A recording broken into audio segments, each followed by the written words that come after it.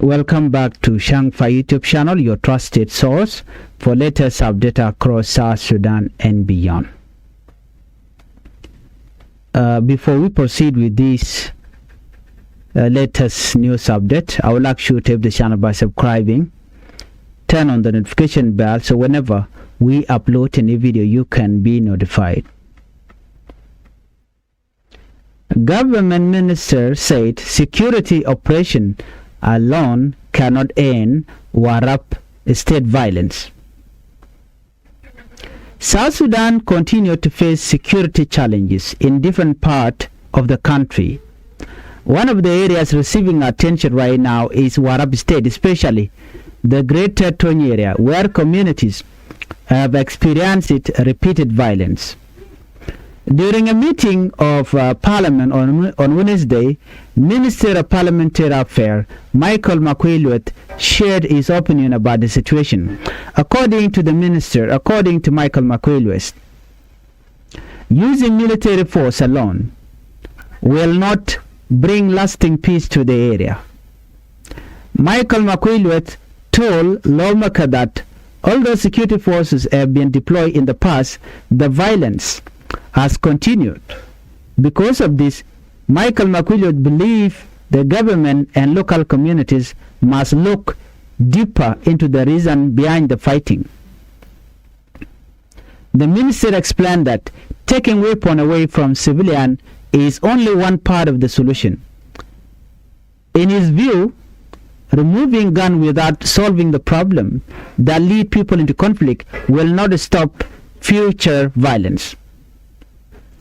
Michael Makwelwet, he said that the real answer is to understand the root cause of the fighting.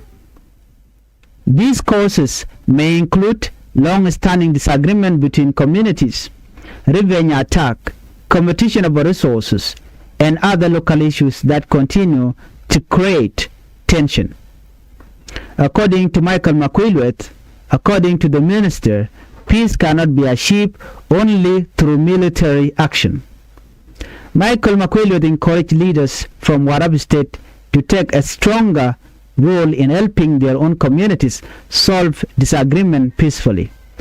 During the parliamentary discussion, Michael Makwelwet also spoke about reports that had reached the government regarding some security personnel deployed to the area. According to Michael Makwelwet, some reports claim that instead of remaining neutral while carrying out their duties, some members of the security force joined one side of the local conflict. According to Michael Makwelwet, the minister did not identify which security unit were involved, and the claim were not independently confirmed during the parliamentary session. At the time of the debate, there was no immediate public response from the South Sudan People Defense Forces or other security agencies regarding these allegations. The minister suggests that if security officers become involved in local dispute, it becomes much more difficult for them to help restore peace. Michael Makwelwet said, this is one reason why simply sending more force into the area may not solve the problem. Instead, Michael called for greater cooperation between local communities, traditional leaders, government officials, and security institutions. According to Michael Makwelwet, peace began with the people who live in the affected communities. According to Michael Makwelwet, peace began with the people who live in the affected communities. The minister said that the sons and daughters of Warrap state have an important responsibility to work together and prevent further violence. He also pointed to neighboring Lake State as an example. According to the minister, community leaders there have made progress in reducing violence by working together instead of depending only on security operations. He encouraged leaders in Warrap state to learn from similar effort where dialogue and cooperation have reduced conflict in the area. The discussion in Parliament followed concern raised by lawmakers about the worsening security situation in Greater Tun. Members of Parliament expressed concern that violence has continued despite previous government effort to improve security. Some lawmakers called for more information from the official directly responsible for managing the country's security. Michael McQuillet agreed that Parliament should hear directly from those responsible before making final decision. He supported the proposal to invite the Minister of Interior, the Minister of Defense, and the Governor of Warrap State to appear before Parliament and explained what action have been taken to respond to the violence. According to the minister, hearing directly from these officials would help lawmakers better understand the current situation and make informed decisions. Michael McQuillet also explained that the Ministry of Justice should not be included in this discussion because its role mainly began after criminal investigation have been completed. Instead, he said the responsibility for dealing with active security operation belong mainly to the Minister of Interior and Defense, together with the state government. As Parliament continue to discuss the situation, many people will be watching closely to see what new measures the government may introduce to reduce violence and improve security in Warrap State. For many families living in affected communities, the hope is that peaceful solution can replace continued fighting and allow normal life to return. This story also highlights a broader challenge facing South Sudan.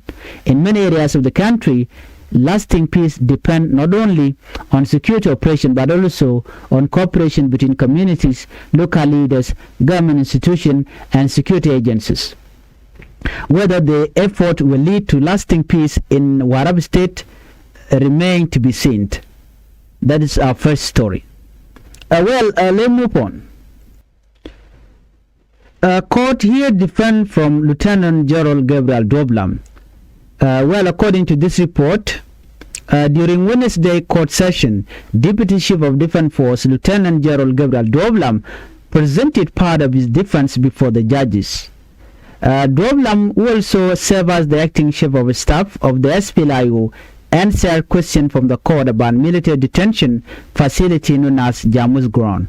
According to Lam, the detention center is an illegal prison. He told the court that in his view, the facility was created outside the normal military justice system.